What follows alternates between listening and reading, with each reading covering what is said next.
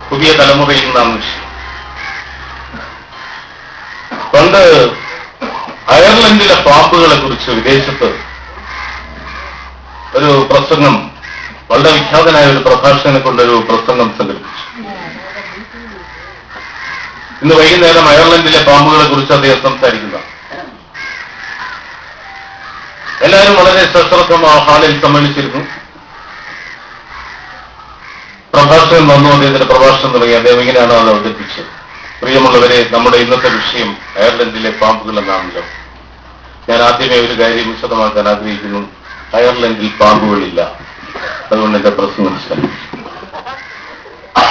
പുതിയ തലമുറയും പ്രതികരണശേഷിയുമാണ്. പുതിയ തലമുറയുടെ പ്രതികരണശേഷി കാര്യമായിട്ട് പറയാനില്ലാത്തത് കൊണ്ട് വേണമെങ്കിൽ അങ്ങനെ പോകാം.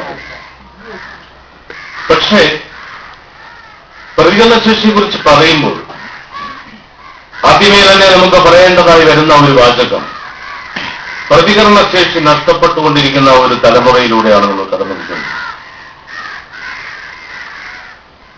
പ്രതികരണശേഷി നഷ്ടപ്പെട്ടുകൊണ്ടിരിക്കുന്ന ഒരു തലമുറയിലൂടെയാണ് നമ്മൾ കടന്നുപോയിട്ടുള്ളത്. എന്തുകൊണ്ടാണ് അങ്ങനെ? ഈ ജീവിതത്തെ കുറിച്ച് പറയും. ജീവിതം എന്ന് പറയുന്നത് ആസ്വദിക്കപ്പെടാനുള്ളതാണ് എന്ന് പറയുന്ന ഒരു സിദ്ധാന്തം. ചങ്ങമ്പുഴയുടെ ആ നിർവചനമൊക്കെ ഞാൻ കഴിഞ്ഞ തവണ പറഞ്ഞൊന്നും എനിക്കിപ്പോൾ ഓർമ്മയില്ല. എന്റെ ഓർമ്മ ശരിയാണെങ്കിൽ പറഞ്ഞില്ലെന്ന്. എന്താണ് ജീവിതം എന്നുള്ളത് പറഞ്ഞാൽ, എന്താണ് ജീവിതം എന്ന് ചങ്ങമ്പുഴ ചോദിക്കും. എന്താണ് ജീവിതം? അവ്യക്തമായൊരു സുന്ദരമായ വളകിലുക്കം, സംഗീത സുന്ദരം, നൈമിഷികോജ്വലം, പിന്നെയോ ശൂന്യം, പരമശൂന്യമെന്നാണ്. ജീവിതം ഒരു വളകിലുക്കം പോലെയാണെന്നാണ് ചങ്ങമ്പുഴ പറയുന്നത്. ജീവിതം വിഡ്ഢിത്തമാണ്, വങ്കത്വമാണ്, നിരർത്ഥകമാണെന്നൊക്കെ ആൽബർട്ട് ക്യാമി പറയുന്നുണ്ട്. പക്ഷേ ചങ്ങമ്പുഴ പറയുന്നത് വളകിലുക്കമാണ്. ഇങ്ങനെയൊക്കെ അലങ്കാരികമായി പറഞ്ഞെങ്കിലും ചങ്ങമ്പുഴ തന്റെ വിഖ്യാതമായ ഒരു നാടകീയ കാവ്യമുണ്ടല്ലോ, കഴിഞ്ഞ തലമുറയൊക്കെ മനസ്സിലേക്കിയ ഒരു നാടകീയ കാവ്യം. ഏതാത്? രമണൻ. രമണനിലെ നായികയെ കൊണ്ട് ചങ്ങമ്പുഴ പറയിക്കും, എന്തു വന്നാലും എനിക്ക് ആസ്വദിക്കണം മുന്തിരിച്ചാറ് പോലുള്ളൊരു ജീവിതം. ഈ വരികൾ നിങ്ങൾക്ക് പഴയ തലമുറയിലെ ആളുകൾക്കൊക്കെ വളരെ പ്രിയപ്പെട്ട അറിയാവുന്നവര്. രമണന്റെ പ്രേമം അങ്കുരിച്ച നാൾ മുതൽ പിന്നെ ഈ ചന്ദ്രികയുടെ പ്രണയം തുടങ്ങിയ കാലം മുതൽ രമണൻ അങ്ങോട്ട് ഒരുപാട് കാര്യങ്ങൾ പറഞ്ഞതാണ്. ഈ പ്രണയം വിജയിക്കില്ല, തുച്ഛനാം എന്നെ നീ സ്വീകരിച്ചാൽ നിന്റെ അച്ഛനും അമ്മയ്ക്ക് ബന്ധു തോന്നുമെന്നൊക്കെ ചോദിച്ച് നിരുത്സാഹപ്പെടുത്താൻ നോക്കി. അപ്പോഴെല്ലാം ചന്ദ്രിക വാദമുഖങ്ങളെല്ലാം പറ്റിയറിഞ്ഞു പറഞ്ഞു, അച്ഛനും അമ്മയ്ക്ക് ബന്ധു തോന്നാൻ ഈ കൊച്ചുമകളുടെ രാഗവായിപ്പിൽ പ്രശ്നമില്ലാന്ന് പറഞ്ഞു വന്നിട്ട് അവസാനം രമണന്റെ ആ പ്രണയത്തെ നിരാകരിച്ചുകൊണ്ട്, നിരസിച്ചുകൊണ്ട്, നിഷ്കരണം നിരസിച്ചുകൊണ്ട് ചന്ദ്രിക പറയും, ഇല്ല, എന്തു വന്നാലും എനിക്ക് ആസ്വദിക്കണം മുന്തിരിച്ചാറ് പോലുള്ള ജീവിതം. എങ്ങനെയാണെന്ന് അറിഞ്ഞുകൂടാ ആ ഒരു വിശ്വാസ പ്രമാണം, ആ ഒരു ജീവിത വേദാന്തം ചങ്ങമ്പുഴ തന്റെ നായികയിലൂടെ അവതരിപ്പിച്ച ജീവിത വേദാന്തം പുതിയ തലമുറ ഏറ്റുവാങ്ങിയിരിക്കും. ഒമർഖ്യാൻ പറയുന്ന ഈ ചിന്താസുന്ദര പുഷ്പവും കാവ്യവും പലതരം ഭോജ്യങ്ങളും ചെന്നറും ചിന്തി പൂമ്പത പൊങ്ങി വീഞ്ഞു നിറയും സുസ്ഫാടിക കിണ്ണവും പൈന്തേൻ നേർമൊഴി മാമരത്തണലിൽ നിൻ സംഗീതവും ചേരുകിൽ കാന്താരസ്ഥലി പോലും ഇന്നിവനുക സ്വർലോകമാണ് ഓമനി എന്ന് പറയുന്ന, ഇന്നലെ മരിച്ചു പോയിരിക്കുന്നു, നാളെ ജീവിച്ചിരിപ്പില്ല, ഇന്ന് മാത്രമേ നമ്മുടെ മുമ്പിലുള്ളൂ, അതുകൊണ്ട് ഇന്ന് ആസ്വദിക്കണമെന്ന് പറയുന്ന ഒരു ജീവിത വേദാന്തമുണ്ട്. Yesterday is history. ഇന്നലെയെല്ലാം ഹിസ്റ്ററിയുടെ ഭാഗമാണ്. Tomorrow is a mystery. നാളെ എന്ന് പറയുന്നത് അവ്യക്തതയാണ്, ദുരൂഹതയാണ്, മിസ്റ്ററിയാണ്. അതുകൊണ്ട് ഇന്ന് മാത്രമേ ഉള്ളൂ. ആ ഇന്നിനെ ശാശ്വതമാക്കുക, ആസ്വാദ്യമാക്കുക എന്ന് പറയുന്ന ഒമർഖ്യാമിന്റെ ചിന്ത. ഇതൊക്കെ എങ്ങനെയാണെന്ന് അറിഞ്ഞുകൂടാ നമ്മുടെ പുതിയ തലമുറ ഏറ്റുവാങ്ങി. 14ാം നൂറ്റാണ്ടിലൂടെ ജീവിച്ചിരുന്ന ഒരു വിഭാഗം ആളുകളെ കുറിച്ച് പറയും, ചാർവാകന്മാർ.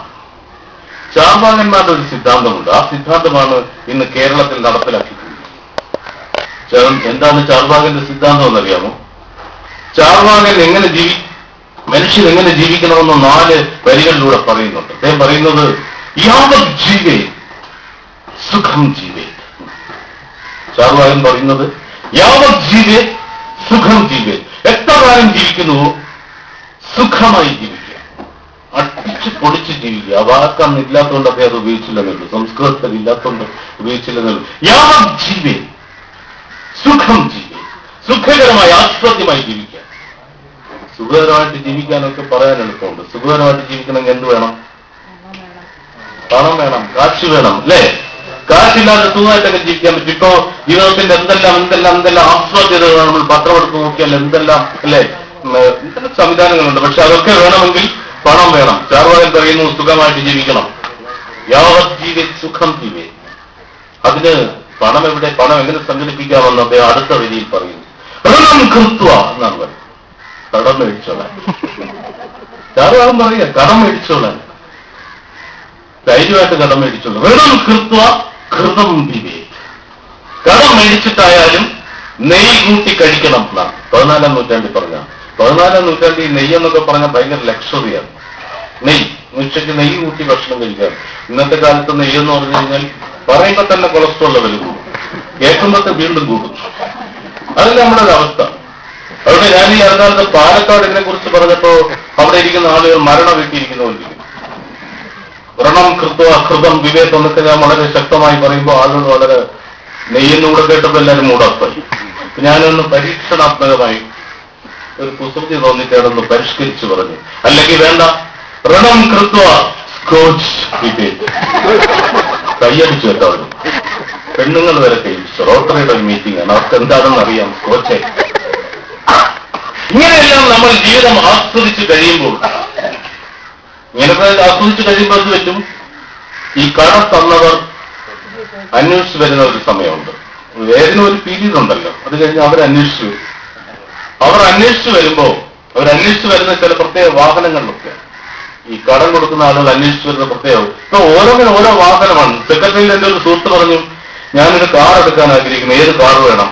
എന്റെ വിവരദോഷം കൊണ്ട് ഞാൻ പറഞ്ഞു, എത്ര ബഡ്ജറ്റ് കേട്ടിട്ട് ഞാൻ പറഞ്ഞു, ഓമ്നി എടുത്താൽ കൊള്ളാം, മാരുതി ഓമ്നി. അയാൾ പറഞ്ഞു, അത് കാറ്ററിംഗ് ചെയ്യും. എന്നാൽ സ്കോർപ്പിയോ എടുക്കാൻ പറയും, അത് ഗൂണ്ടകളുടെ വണ്ടി. ഓരോ വണ്ടി ഓരോരുത്തർക്കാണ്. ഇതൊക്കെ അറിഞ്ഞിട്ട് വേണം ഒരു വണ്ടി എടുക്കാൻ. അപ്പൊ അതുപോലുള്ള വണ്ടികളിലൊക്കെ അന്വേഷിച്ച് ജംഗ്ഷനിലൊക്കെ വരും. നമ്മുടെ അനിൽ രാജശേഖരന്റെ വീട് എവിടെയാണ് എന്നൊക്കെ ചോദിച്ചു വരുമ്പോ ജംഗ്ഷനിൽ നമ്മുടെ ആളുകൾ നിൽപ്പുണ്ടല്ലോ, അവരൊക്കെ പ്രതീക്ഷിച്ച് നിൽക്കുകയാണ്. കാരണം ഇങ്ങനെ ഒരു പാർട്ടി വരുമെന്ന് അവർക്കറിയാം. നമ്മൾ 2 മാസമായിട്ട് ഇവിടെ ഒരു ഞെരിപ്പായിരുന്നല്ലോ, അപ്പൊ അവർ വരുമെന്നറിയാം. അവർ കൃത്യമായിട്ട് ഞാൻ കൊണ്ട് കാണിച്ചു തരാം, പുള്ളി അവിടെ ഉണ്ട്, ഇപ്പൊ അങ്ങോട്ട് പോകുന്നതേ ഉള്ളെന്ന് പറഞ്ഞ് വീട്ടിൽ കൊണ്ടുവന്ന് കാണിച്ചു തരും. ഇങ്ങനെ അന്വേഷിച്ചു വന്നാൽ എന്ത് ചെയ്യണം എന്ന് ചാർവാകൻ 3-ാമത്തെ വരിയിൽ വ്യക്തം എല്ലാം പറഞ്ഞിട്ടുണ്ട്. പ്രശ്നവും പരിഹാരവും എല്ലാം അദ്ദേഹം പറഞ്ഞിട്ടുണ്ട്. 3-ാമത്തെ വരിയിൽ അദ്ദേഹം പറയുന്നത്, അങ്ങനെ വരികയാണെങ്കിൽ ഭസ്മി ഭൂതസ്യ ദേഹസ്യ, പഞ്ചഭൂതങ്ങളായിരിക്കുന്ന ശരീരത്തെ ഭസ്മീകരിച്ചേക്കുക. കാരണം പുനരാഗമനം കൃത, പിന്നെ ആരും തിരിച്ചു വരുന്നില്ല.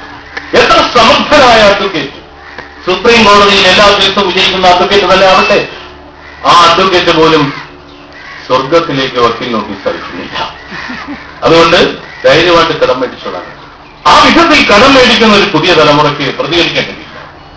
അതുകൊണ്ടാണല്ലോ നമ്മുടെ രാജ്യം ഇപ്പോ നമ്മുടെ ഈ കേരളം പോലും ആത്മഹത്യയുടെ തലസ്ഥാനമായി, ആത്മഹത്യയുടെ ശിരസ്ഥാനമായി മാറിയിരിക്കുന്നു. കാരണം കടം തീർക്കാൻ വേണ്ടി വീണ്ടും കടം വാങ്ങുന്നു. വ്യക്തികൾ മാത്രമല്ല, രാഷ്ട്രങ്ങളും അങ്ങനെയല്ലേ. കടം തീർക്കാൻ വേണ്ടി വീണ്ടും കടം വാങ്ങിക്കുന്നു, ആ കടം തീർക്കാൻ വീണ്ടും കടം വാങ്ങിക്കും. പണ്ട് പോസ്റ്റ് ഓഫീസിൽ ഒരു പയ്യൻ ഒരു കവർ ഒപ്പിച്ചിട്ട് കൊണ്ടുവന്ന് കൊടുത്തു. പോസ്റ്റ് മാസ്റ്റർ പറഞ്ഞത്, അപ്പൊ അദ്ദേഹം തൂക്കി നോക്കിയിട്ട് പറഞ്ഞു, പോസ്റ്റ് മാസ്റ്റർ തൂക്കി നോക്കിയിട്ട് പറഞ്ഞു, ഇതിന് വെയിറ്റ് കൂടുതലാണ് കേട്ടോ, ഇനിയാ വെയിറ്റ് കൂടുതലാണ്, ഇനിയും സ്റ്റാമ്പ് ഒപ്പിക്കണം, ഈ സ്റ്റാമ്പ് പോരാ. പയ്യൻ ചോദിച്ചു, ഇയാൾക്ക് നല്ല സുഖമില്ലേ? നേരല്ലേ പറഞ്ഞ വെയിറ്റ് കൂടുതലാണെന്ന്. ഇനിയും സ്റ്റാമ്പ് ഒപ്പിച്ചാൽ ഇനിയും വെയിറ്റ് കൂടുതലില്ലേ? ഇനിയും കടം മേടിക്കുമ്പോൾ ഇനിയും കടം കൂടുകയാണ്. ആ വിധത്തിൽ കടത്തിലേക്കും ജീവിതത്തിന്റെ ആസ്വാദനത്തിലേക്കും കടന്നു പോകുന്ന ഒരു പുതിയ തലമുറയ്ക്ക് ബുദ്ധിമുട്ടുണ്ട്. സ്വാമി വിവേകാനന്ദൻ എന്താ പറഞ്ഞത്? സ്വാമി വിവേകാനന്ദൻ പറഞ്ഞത്, അദ്ദേഹം മറ്റെല്ലാവരെയും മറന്നു, എല്ലാ തലമുറകളെയും മറന്നിട്ട് യുവത്വത്തെ, ഇന്ത്യൻ യുവത്വത്തെ നോക്കിക്കൊണ്ട് അദ്ദേഹം പറഞ്ഞു, യുവാക്കളെ നിങ്ങളിലാണ് എന്റെ പ്രതീക്ഷ, യുവാക്കളെ നിങ്ങളിലാണ് എന്റെ പ്രതീക്ഷ. ആ യുവാക്കൾ എവിടെ നിൽക്കുന്നു? രണ്ടറ്റവും എരിഞ്ഞടങ്ങുന്ന മെഴുകുതിരികൾ പോലെ ഉരുകി ഉരുകി ഉരുകി ഇല്ലാതായിട്ടുണ്ട്. കാരണം മനുഷ്യരൊരു പോക്കാണ്. നേരത്തെ പറഞ്ഞ പോലെ എന്തിന്റെയൊക്കെ പുറകിൽ, ഭ്രമങ്ങളുടെ പുറകിൽ ഇങ്ങനെ പോവുകയാണ്. ഒന്നുമില്ലായ്മയുടെ പുറകിലാണ് പോകുന്നത്, മൂല്യങ്ങളുടെ പുറകിലല്ല. ഒന്നുമില്ലായ്മയുടെ പുറകിൽ പോകുന്ന ആ ഒരു വികാരത്തെ നമ്മൾ സാഹിത്യത്തിലൊക്കെ പറയുന്ന, കലയിലൊക്കെ പറയുന്ന ഒരുതരം സസ്പെൻസ് ആണ് ജീവിതം, അല്ലേ? ഇവിടെ പല സിനിമകൾ പറഞ്ഞിട്ട് വിജയിക്കുന്ന സസ്പെൻസ് ഉള്ള സിനിമകളാണ്.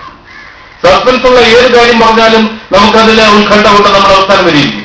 ഈ സമ്മേളനം കഴിയുമ്പോൾ ഇവിടെ ഒരു സസ്പെൻസ് ഉണ്ടായിരിക്കും. അത് ആർക്കാണ് അതിന് ഭാഗ്യം കിട്ടുന്നതെന്ന് അറിയില്ല എന്ന് പറഞ്ഞാൽ നമ്മൾ ഒന്നും പോകാതെ ഇവിടെ ഇരിക്കും, അവസാനം വരെ ഇരിക്കും. സസ്പെൻസാണ്.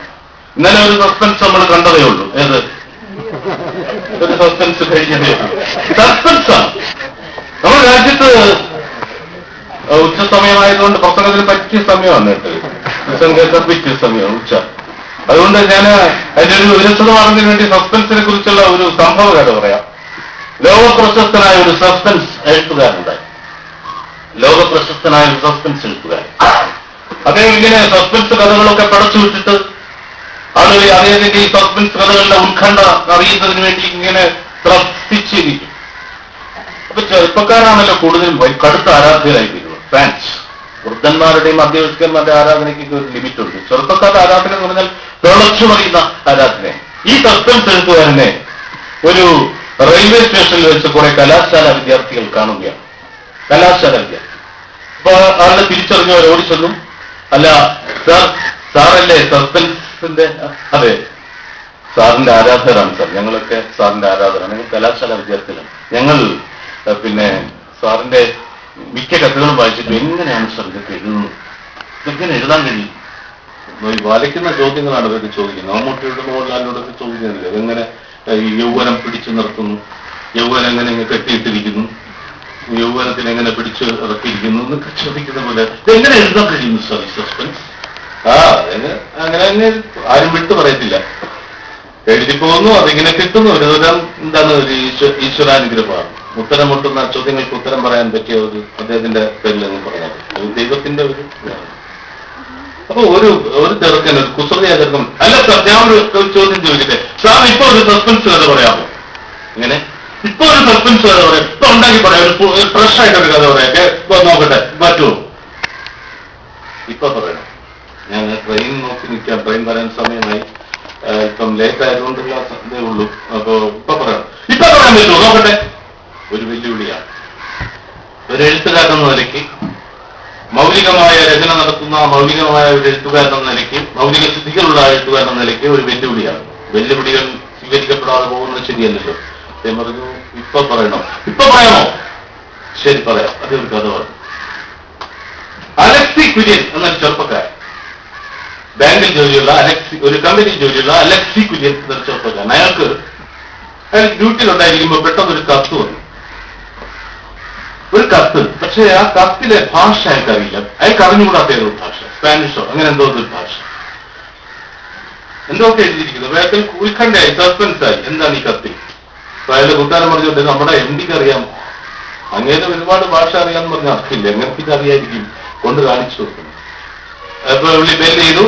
MD വളരെ തിരക്കിലാണ്, 4 ഫോണുമായിട്ട് നമ്മൾ കറങ്ങുന്നതിനിടയ്ക്ക് കഴിഞ്ഞു. സാർ എനിക്കൊരു കത്ത് വന്നു. എവിടെ ഒരു കത്ത് വന്നു, ഇതിന്റെ സാറിന് അറിയാം ഭാഷ? ഓ ഇത് എനിക്കറിയാമല്ലോ, ഇതരും എന്താ സാർ നോക്കട്ടെ. അദ്ദേഹം അത് വായിച്ചിട്ട് പറഞ്ഞു, ഞാൻ വിളിക്കാം. അലക്സി കുര്യൻ പുറത്ത് വന്ന് വെയിറ്റ് ചെയ്യാം. സസ്പെൻസായി, എന്തോ വെയിറ്റ് ചെയ്യാൻ പറയുന്ന പുള്ളി വായിച്ചവർ പറഞ്ഞൂടെ.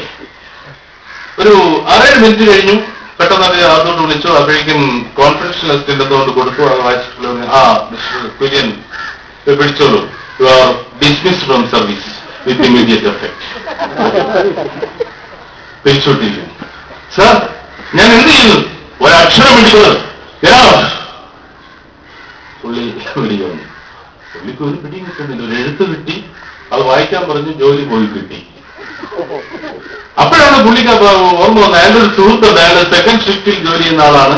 പകല് പുള്ളി റൂമിൽ റെസ്റ്റ് ചെയ്യായിരിക്കും, ഉറങ്ങുകയായിരിക്കും. പുള്ളിക്കറിയാം ഈ ഭാഷകളൊക്കെ, ഒരു തരം ഒരു ലിംഗ്വിസ്റ്റിക് ഭ്രാന്തനാണ്. അപ്പൊ എന്തൊക്കെ റിസർച്ച് ചെയ്യുന്നതാണ്. അവരെ കാണിച്ചാൽ മതി. പുള്ളി പെട്ടെന്ന് വണ്ടി പിടിച്ച് അവിടെ ചെന്ന് തട്ടി വിളിച്ച് അയൽവർക്കത്തിൽ നിന്ന് എഴുന്നേറ്റു. അലക്സിയോ എന്താ? ഇതാ ഒരു വലിയ പ്രശ്നം, എനിക്കൊരു എഴുത്ത് വന്നു, 11:30 മണിയാവും.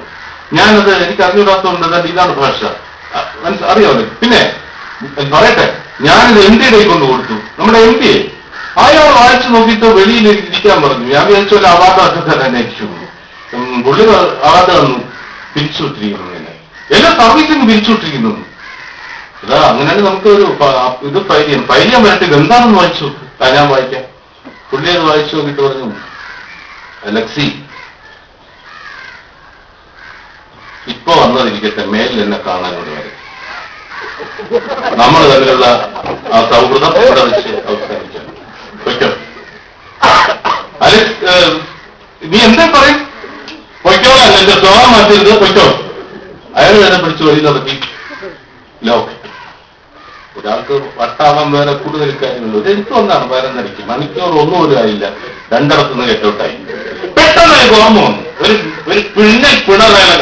തലയിലൂടെ പോയി. അയാളുടെ ഭാര്യയ്ക്ക് അറിയാം. പുള്ളിക്കാരി ആദ്യകാലത്തൊക്കെ പലതും പറഞ്ഞു, ഒരുപാട് ഭാഷകൾ അറിയാമെന്നൊക്കെ പറഞ്ഞിരുന്നു. അവർക്ക് ഭാഷ അറിയാം, അവർക്ക് അറിയാവുന്ന ഭാഷകൾ, വ്യാകരണങ്ങൾ, കാര്യങ്ങളൊക്കെ പറഞ്ഞിരുന്നു. ഇയാളെല്ലാം കേട്ടതാണ്, ശ്രദ്ധിച്ചില്ല.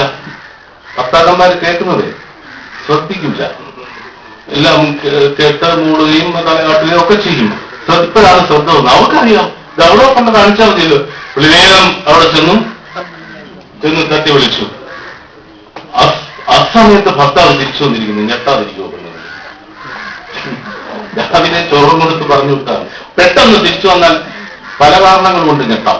എല്ലാ കാരണങ്ങൾ കൊണ്ടും അവർ ഞെട്ടി. അല്ല അലക്സി എന്ത് പറ്റി? ഈ വാതിലടയ്ക്ക് ഞാൻ പറയാം. വാതിലടച്ചു. അല്ലാത്ത പിന്നെ ഒരു വലിയ പ്രശ്നം സംഭവിച്ചിരിക്കുന്നു. ആരാണ് അയച്ച എന്നോ എന്താണെന്നോ അറിഞ്ഞു. അവർ എഴുത്ത് 11:30 വന്നു. എഴുത്ത് 11:30 മണിക്ക് വന്നു. അത് ഞാൻ എംഡിയെ കാണിച്ചു. അങ്ങനെ അത് വായിച്ചിട്ട് എന്നെ പിരിച്ചുവിട്ടോ ജോലി പോയോ? അയ്യോ പറഞ്ഞ് തീരട്ടെ. എന്നിട്ട് ഞാൻ മറ്റേ തോമസിനെ കൊണ്ട് കാണിച്ചു.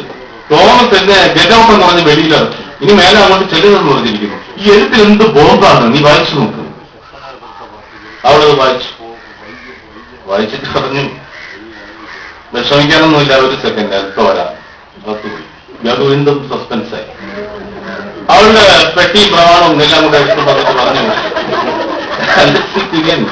നമ്മൾ വിവാഹം കഴിച്ചു, നമുക്ക് 2 കുട്ടികളുണ്ട്, ഒക്കെ അവർ സ്കൂളിൽ പോയിരിക്കുകയാണ്, ഒക്കെ ശരിയാണ്. പക്ഷേ ഞാൻ പോവുകയാണ്. എന്നെ അന്വേഷിച്ച് മേലാൻ വരരുത്. കുട്ടികളെ കാണാനാണെന്ന് പറഞ്ഞു പോലും എന്റെ അടുത്തേക്ക് വരുന്നത്. നമ്മൾ പിരിയുന്നു, ഗുഡ് ബൈ. അവിടെ ഇറങ്ങി പോകുന്നു.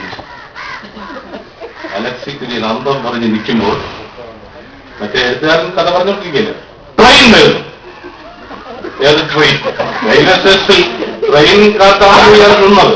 അപ്പൊ അയാൾ വീണ്ട ട്രെയിൻ വന്നപ്പോ കലാശാല വിദ്യാർത്ഥികൾ കേട്ടൊന്ന് ഉണ്ടെന്ന് പറഞ്ഞ് നിൽക്കുക. അപ്പോ കഥ അവസാനിക്കും. കഥ അവസാനിക്കുന്നു പറഞ്ഞ് ഇയാൾ പെട്ടിയെടുത്ത് ട്രെയിനിൽ കയറി പോവുകയും ചെയ്യും. പയ്യന്മാര് വഴിയാതാരായി പോയി. അല്ല, അമ്മയുടെ സമനില പോയി. സുഖമായിട്ട് നിന്ന പിള്ളേരാണ്. ഈ കത്തിലെന്താണ്? അലക്സി ഫിരിയന് വന്ന കത്തിലെന്താണ്? ഈ ദുഷ്ടനത് പറയാതെ പോയില്ലേ? സസ്പെൻസ് കഥ പറയാൻ പറഞ്ഞത് ഏത് അപകട നിമിഷത്തിലാണാവും, ഏത് ശപിക്കപ്പെട്ട നിമിഷത്തിലാണാവും. 5 ദിവസം കഴിഞ്ഞു പിള്ളേർക്ക് ഊണില്ല, ഉറക്കമില്ല, ഊണില്ലാത്ത കുറഞ്ഞു, നിദ്രാതിശയങ്ങൾ പോലും ഇല്ലാതെ എന്ന് പറഞ്ഞ അവസ്ഥ. അവസാനം അവരെല്ലാം കൂടെ തീരുമാനിച്ച് ഇയാൾ പോയി കണ്ടിട്ട് ചോദിക്കാം, വേറെ ആർക്കും ഇതിന് ഉത്തരം അറിഞ്ഞില്ലല്ലോ. അങ്ങനെ ഈ എഴുത്തുകാരൻ താമസിക്കുന്ന നഗരത്തിൽ ഇവർ അഡ്രസ് തേടി പിടിച്ച് അവിടെ ചെന്ന് അദ്ദേഹത്തെ കണ്ട് ആ മുറിയിൽ ചെന്ന് തട്ടി വിളിച്ചു. പുള്ളി അല്പം പുള്ളിക്കാരെയും പിടിയിരിക്കുന്നില്ല. അദ്ദേഹം ആയിരക്കണക്കിന് ആളുകൾ കാണുന്നതല്ലേ. ആരാണ് നിങ്ങൾ? ഞങ്ങളെ മനസ്സിലായില്ലേ സാർ? ഞങ്ങളാണ് സാർ അന്ന് ആ റെയിൽവേ സ്റ്റേഷനിൽ സാറിന്റെ കഥ കേട്ട് വഴിയാധാരമായിട്ട് നിന്ന കലാശാല വിദ്യാർത്ഥികൾ. എന്തൊരു കഥയാണ് സാർ. എന്തായിരുന്നു സാർ ആ കത്തിൽ? അലക്സിക്ക് കിട്ടിയ കത്തിൽ എന്തായിരുന്നു? അങ്ങത് പറഞ്ഞില്ലല്ലോ. ഞങ്ങൾക്കൊരു സമാധാനമില്ല. പറയണ സാർ, എന്തായിരുന്നു കത്തിൽ? അദ്ദേഹം ചിരിച്ചിട്ട് പറഞ്ഞു, എന്തായിരുന്നു ആ കത്തിലെന്ന് എനിക്കും അറിയില്ല. ഞാന് വെറുതെ നിന്നല്ലേ. എന്നോട് നിങ്ങളൊരു കഥ പറയണമെന്ന് പറഞ്ഞു, ഇപ്പൊ പറയണമെന്ന് പറഞ്ഞു. ഞാൻ അപ്പൊ തന്നെ പറഞ്ഞു എന്താണ് ആ കത്തിലൊക്കെ കാണുന്നത് എനിക്കും അറിയില്ല. പിന്നെ അപ്പോ ട്രെയിൻ വന്നോണ്ട് ഞാൻ അപ്പോ നിർത്തി. നിങ്ങളുടെ ഭാഗ്യം.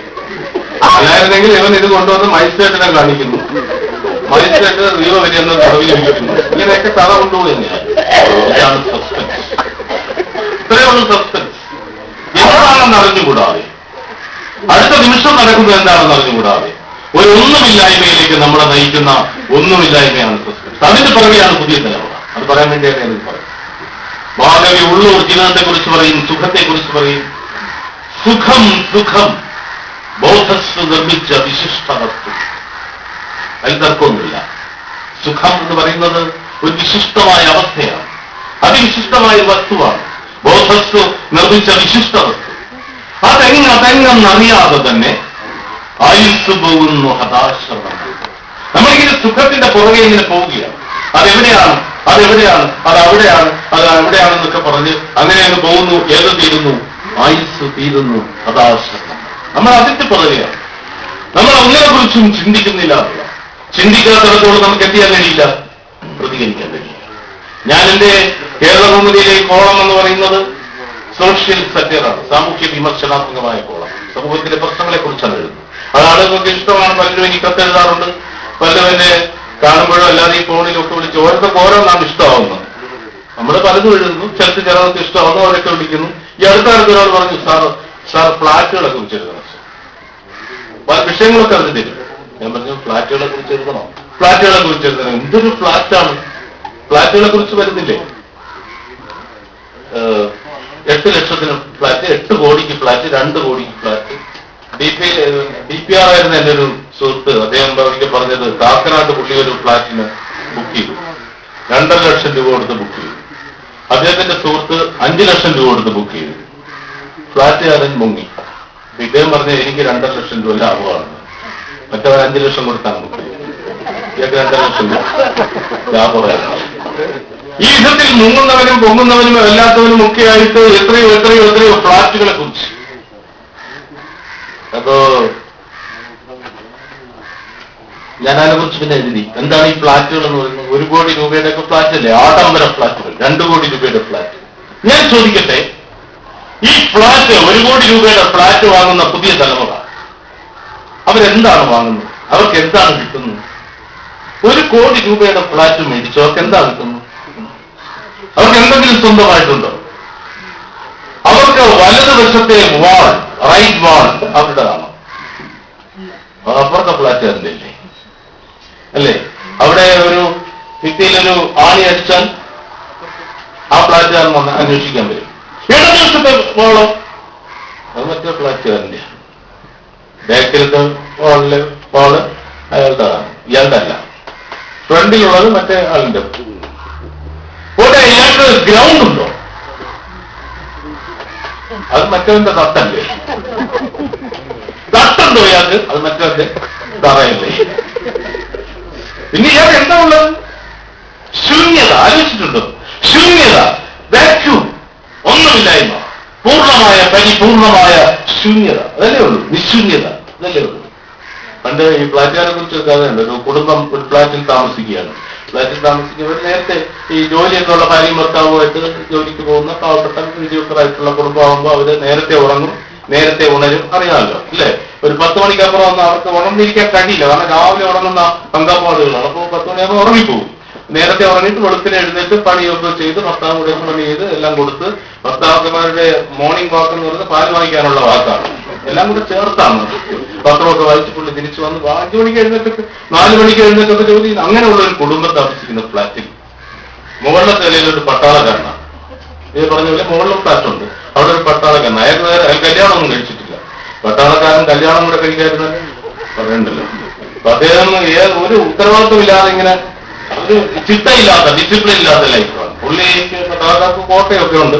അപ്പൊ അതെല്ലാം വാങ്ങിച്ച് കഴിച്ച് അബോധാവസ്ഥയിൽ പുള്ളി വേറെ ഭാര്യയും മക്കളൊന്നും ആരും ചോദിക്കാനും പറയാനൊന്നുമില്ല. പുള്ളി യഥേഷ്ടം പുള്ളി ഇങ്ങനെ വന്ന് ഒരു 11-12 മണിയാകുമ്പോൾ പുള്ളി വന്ന് അടിച്ച് ഫിറ്റായിട്ട് വന്ന് അദ്ദേഹത്തിന്റെ ഫ്ലാറ്റിലേക്ക് ആ ബെഡിലേക്ക് മറിഞ്ഞിട്ട് ആ ബെഡിലേക്ക് വന്ന പുള്ളി ഷൂസ് വലിച്ചു വരും. ഈ മദ്യപിച്ചു കഴിയുമ്പോഴാണ് നമുക്ക് പലതും ഓർമ്മ വരുന്നത്, പല കാര്യങ്ങളും ഓർമ്മ വരുന്നപ്പോഴാണ്. പലരോടും ദേഷ്യമുള്ളവരോടൊക്കെ ദേഷ്യം കൂടും.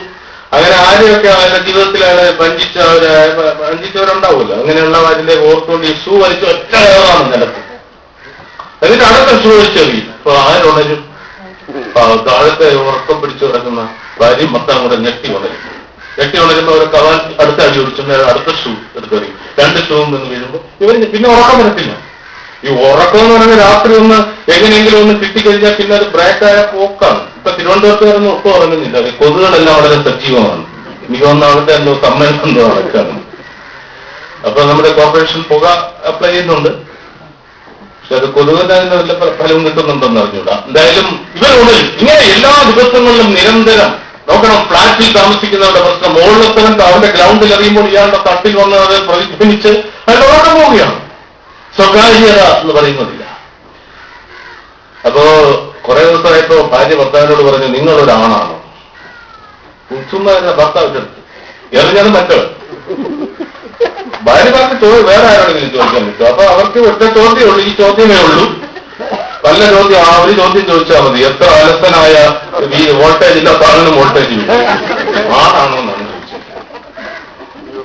അത് അവർക്കറിയാം. അതുകൊണ്ട് അവർ അതേ ചോദിക്കത്തുള്ളൂ, നിങ്ങളൊരാണാണോ? എന്താ അയാളായി, അയാൾ പോണായി. എന്താ അല്ല ഇവരിങ്ങനെ ഈ ഇതെടുത്ത് ഇവിടെ എറിഞ്ഞെറിഞ്ഞ് നമ്മൾ എത്ര ദിവസമായി ഉറങ്ങിയിട്ട് ഈ ഫ്ലാറ്റുകാരൻ മുകളിലത്തെ ഫ്ലാറ്റുകാരൻ ഒന്ന് പോയി ചോദിച്ചുകൂടെ? അപ്പൊ അയാള് ആണാപ്പം എന്നാണ് അയാൾ പറഞ്ഞു, നീ കൂടെ വാങ്ങുന്നു. പുള്ളിക്കാരൻ പ്രതീക്ഷിച്ചാണ്, അല്ലാതെ പുള്ളിക്കാരൻ എങ്ങും പോയിട്ടില്ല, എങ്ങും. ശരി, രണ്ടുപേരും കൂടെ ചെന്നു. പട്ടാളക്കാരൻ നല്ല ഉറക്കമാണ്. കാര്യം പുള്ളി ഉറങ്ങി കിട്ടുന്ന 6 മണി കഴിഞ്ഞിട്ടാണ്. സൂചനൊക്കെ വന്നതിന് ശേഷം അന്ന് ഉറക്കം നേരെ ആവുന്നു. നല്ല ഉറക്കത്തിൽ കിടക്കുമ്പോൾ ഇവരെ ഒന്ന് തട്ടി വിളിച്ചു. അയാൾ ഒന്നും എന്താന്ന് ചോദിച്ചു. പുള്ളി ഉറങ്ങിക്കഴിഞ്ഞ ആള് പാവമാണെന്ന് അറിയില്ലേ. അങ്ങനെ നിങ്ങൾ ഉണർന്നു കഴിഞ്ഞിട്ടും പാവമാണ്. എന്താന്ന് ചോദിച്ചു. നിങ്ങൾ എന്തൊരു മനുഷ്യനാണ്? ഇയാൾ മറ്റേ ചോദ്യം തിരിച്ചിട്ടു. ആണാണെന്ന് ചോദിച്ചു. നിങ്ങൾ എന്തൊരു മനുഷ്യനാണ്? ഞങ്ങൾ ഇവിടെ താമസിക്കുന്നു, താഴത്തെ നിലയിൽ താമസിക്കുന്നു. ഞങ്ങൾക്ക് രാവിലെ എഴുന്നേറ്റ് പോകേണ്ടതുണ്ട്. ഞങ്ങൾ ഉറങ്ങി കഴിയുമ്പോൾ നിങ്ങൾ ഇവിടെ വന്ന് ഷൂസ് എടുത്ത് തരത്തെറിയുക. എല്ലാ ദിവസവും ഷൂസ് എടുത്ത് തരത്തെറിയുക. ഞങ്ങൾ ഉണരുക. പിന്നെ ഞങ്ങൾക്ക് ഉറങ്ങാൻ പറ്റുന്നില്ല.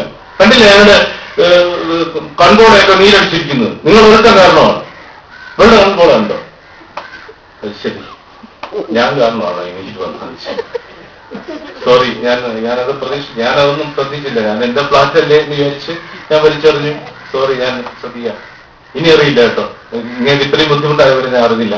പുള്ളി ഒരുപാട് ക്ഷമാപണമൊക്കെ പറഞ്ഞു. ക്ഷമാപണം ഒരാളോടൊക്കെ നമ്മൾ ദേഷ്യപ്പെട്ട ഒരുപാട് ക്ഷമാപണം പറഞ്ഞാൽ നമുക്കും വിഷമാവും. പറഞ്ഞില്ല, അങ്ങനെയല്ല, എറിഞ്ഞോ, പക്ഷെ പതുക്കെ എറിയണം. എറിയണ്ടെന്നല്ല, വേണമെങ്കിൽ ഞായറാഴ്ച എറിയാം, ശനിയാഴ്ച എറിയാമെന്നൊക്കെ പറഞ്ഞ് എല്ലാവരും കൂടെ ആകെ 4 ആഴ്ച ഓടാൻ. അന്ന് രാത്രിയും പട്ടാളക്കാരൻ 11:30 മണിയായപ്പോ ആഴ്ചപ്പിച്ചായി 12 മണിക്ക് വന്നു. മറ്റേ കാര്യം ഓർമ്മ വന്നു. ഏത് കാര്യം?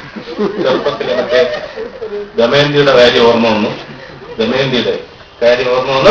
സൂര്യ ഒറ്റ പറഞ്ഞു കൊടുത്തത് വെടിക്കെട്ട് പോലെ കേട്ടും മറ്റോ രണ്ടുപേരും കൂടെ നെറ്റിയോണം. ഇതാ അവൻ ഇന്നും അറിഞ്ഞല്ലോ. പക്ഷെ ഒരു ഷൂസ് എറിഞ്ഞപ്പോഴാണ് പുള്ളിക്ക് ഓർമ്മ വന്നത്. മറ്റൊരു രാവിലെ വന്ന് വഴക്ക് പറഞ്ഞിട്ട് പോയതിരിക്കുള്ളൂ, വീണ്ടും എറിഞ്ഞു പോയി. അയ്യോ, മറ്റേ ഷൂസ് ഊരി കയ്യിലിരിക്കുന്നു. അത് പതുക്കെ പതുക്കെ വെച്ചു. ഇനി അറിയാൻ പാടില്ല, ഇന്നും തെറ്റിപ്പോയി. എന്നെറിഞ്ഞോളൂ. അങ്ങനെ പറഞ്ഞ് പുള്ളി ഇങ്ങനെ കുറെ നേരം ഇരുന്ന് മെല്ലെ ഉറക്കത്തിലേക്ക് അങ്ങോട്ട് പോയപ്പോ വെളിയിൽ മുട്ട് കേൾക്കുന്നു. ഇയാൾ ഓടിച്ചെന്ന് തുറന്നപ്പോ ഈ ഭാര്യയും ഭർത്താവും കൂടെ ഭയങ്കര ചൂടായിട്ടിരിക്കുകയാണ്. എന്താ മുടിഞ്ഞോ? മറ്റേ സുഹൃത്തോടെ വലിച്ചെറിയുമ്പോ ഞങ്ങളോട് ഉറക്കട്ടെ. അവര് ഒന്ന് കേട്ട് ഉണർന്നു. അടുത്തതും കൂടെ കഴിഞ്ഞിട്ട് ഉറങ്ങിയാൽ മതിയല്ലോ. എറിയുന്നില്ല. രാത്രി 5 മിനിറ്റായി, 10 മിനിറ്റായി, 15 മിനിറ്റായി, 20 മിനിറ്റായി, എറിയുന്നില്ല. അപ്പൊ ഇതാണ് ഫ്ലാറ്റുകളുടെ അവസ്ഥ. ഇതിൽ ഫ്ലാറ്റ് വാങ്ങാൻ പരിപാടി ഇട്ടവരത് ബുക്ക് ചെയ്തവരാണെങ്കിൽ അവരോട് എനിക്കൊന്നും പറയാനില്ല. അവർക്ക് നമ്മുടെ DPR പറഞ്ഞതുപോലെ എത്ര ലക്ഷമാണോ എന്തോ ലാഭം. അപ്പോ ഇതാണ് അവസ്ഥ. ഈ അടുത്ത കാലത്ത് നിങ്ങൾ പത്രങ്ങൾ കണ്ടില്ലേ, ഒരു ഫ്ലാറ്റിന്റെ ഒരു പരസ്യം വന്നത് കൊച്ചി നഗരത്തിൽ നിന്ന്, കൊച്ചി നഗരത്തിന്റെ ഹൃദയഭാഗത്ത് നിന്ന് 20 കിലോമീറ്റർ അപ്പുറത്ത്. ഞാനോ ഇല്ലേ അങ്ങനെ എന്തോ കൊച്ചി നഗരത്തിന്റെ ഹൃദയഭാഗത്ത് നിന്ന് 20 കിലോമീറ്റർ. 20 കിലോമീറ്റർ പറഞ്ഞാൽ എത്ര ദൂരം പോകണം അല്ലേ? പക്ഷെ ആളുകൾ കണ്ടമാനം ബുക്ക് ചെയ്യാണ്. പ്രവാഹമാണ്, ബുക്കിങ്ങിന്റെ പ്രവാഹമാണ്. എന്തുകൊണ്ട്? ആളുകൾ ചിന്തിക്കുന്നില്ല. പ്രതികരിക്കുന്നതിന് മുമ്പ് ചിന്തിക്കണ്ടേ? അത് ബുക്ക് ചെയ്യാനുള്ള പ്രതികരണമാണ്. അങ്ങനെ പ്രതികരിക്കുന്നതിന് മുമ്പ് ചിന്തിക്കണ്ടേ? ചിന്തിക്കുന്നില്ല. കൊച്ചി നഗരം എന്ന് കേട്ടപ്പോഴേ എഴുന്നേറ്റ് കഴിഞ്ഞു. ഹൃദയഭാവം, പിന്നെ ഒന്നും ചിന്തിക്കാനില്ല. അവിടെ നിന്ന് 20 കിലോമീറ്റർ അപ്പുറത്താണ്.